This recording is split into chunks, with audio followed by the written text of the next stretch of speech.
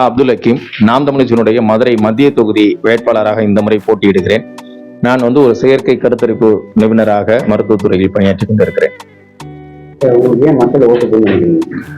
மக்கள் ஏன் எனக்கு வாக்கு செலுத்த வேண்டும் அப்படிங்கிறதுக்காக நம்ம காய்கறி கடையை இல்லை போய் தக்காளி வாங்குறோம், வெங்காயம் வாங்குறோம், எவ்வளவோ பகுப்பாய்வு செய்துதான் அதெல்லாம் வாங்குறோம். அது மாதிரி இந்த அப்துல் ஹக்கீம் யாரு, ஏன் இதற்கு வாக்கு செலுத்த வேண்டும், மக்கள் இந்த முறை பகுப்பாய்வு செய்யணும்னு நான் நினைக்கிறேன். 15 ஆண்டு காலமாக தொடர்ச்சியாக மக்கள் போராட்டத்தில் நாம் தமிழர் கட்சி நடத்திய அனைத்து போராட்டங்களிலும் முதன்மையான ஆளாக பங்கேற்றிருக்கேன். மதுரையில் நடந்த ஜல்லிக்கட்டு போராட்டத்தை முதலில் ஒருங்கிணைத்த ஒருங்கிணைப்பாளரே நான் தான். அதே போல ஜல்லிக்கட்டில் கடைசியாக இறுதி நாட்களில் மாணாக்களை காப்பாற்றி வெளியே கூட்டிட்டு வந்த ஒரு தலையாய பண்பும் என்னை நம்பியவர்களை நான் எந்த இடத்திலும் கைவிட்டு இதுவரை வந்ததில்லை. அந்த அடிப்படையில் மக்கள் உங்களையும் நான் நம்பி இந்த களத்தில் நிற்கிறேன், எனக்கு நீங்க வாக்கு செலுத்தி வெற்றி பெற செய்தால் உறுதியாக உங்களுக்கு உண்மையும் நேர்மையுமாக நின்று இந்த மத்திய தொகுதியில் ஒரு பெரிய மாற்றத்தை நிகழ்த்துவேன்.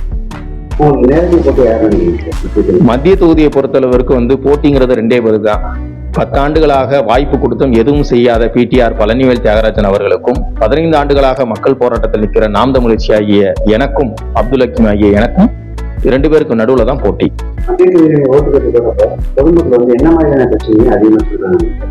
மத்திய தொகுதியை பொறுத்தளவுக்கு எந்த விதமான அடிப்படை கட்டமைப்பு வசதிகளுமே மாற்றப்படலை. கழிவு நீர்ல இருந்து, போக்குவரத்து இடையூறுல இருந்து, மக்களுக்கு இருக்கக்கூடிய நலத்திட்டங்களை இந்த கடந்த முறை உள்ள சட்டமன்ற உறுப்பினர் எதுவுமே செய்யல.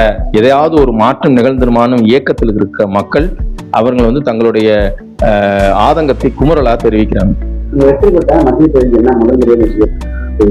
நான் மதுரை மத்திய தொகுதியில் வெற்றி பெற்றால் என்னுடைய முதல் தலையாய பணி, மதுரை என்றால் அன்னை மீனாட்சி, அந்த மீனாட்சி தாய்க்கு என்னுடைய முதல் பணியை மீனாட்சி அம்மன் கோயிலுக்கு தான் செய்வேன். மீனாட்சி அம்மன் கோயிலை உலகத்தரமான சுற்றுலா தலமாகவும் உலகத்தரமான ஆன்மீக தலமாகவும் மாற்றி சுற்றி இருக்கக்கூடிய மீனாட்சி அம்மன் கோயிலை சுற்றி இருக்கக்கூடிய அடிப்படை கட்டமைப்பு வசதிகளை மாற்றி வெளியூரிலிருந்தும் வெளி மாநிலங்களிலிருந்தும் வரக்கூடிய பக்த கோடிகளுக்கும் ஆன்மீக சுற்றுலா வரக்கூடியவர்களுக்கும் முழுமையான அடிப்படை கட்டமைப்பு வசதி, தங்குமிடம், கழிப்பிடம் மற்றும் வாகனங்கள் நிறுத்தும் இடத்தை முதன்மையான, நான் வெற்றி பெற்றால் நான் முதன்மையாக செய்யக்கூடிய தலையாய பணி அதுதான். நன்றி.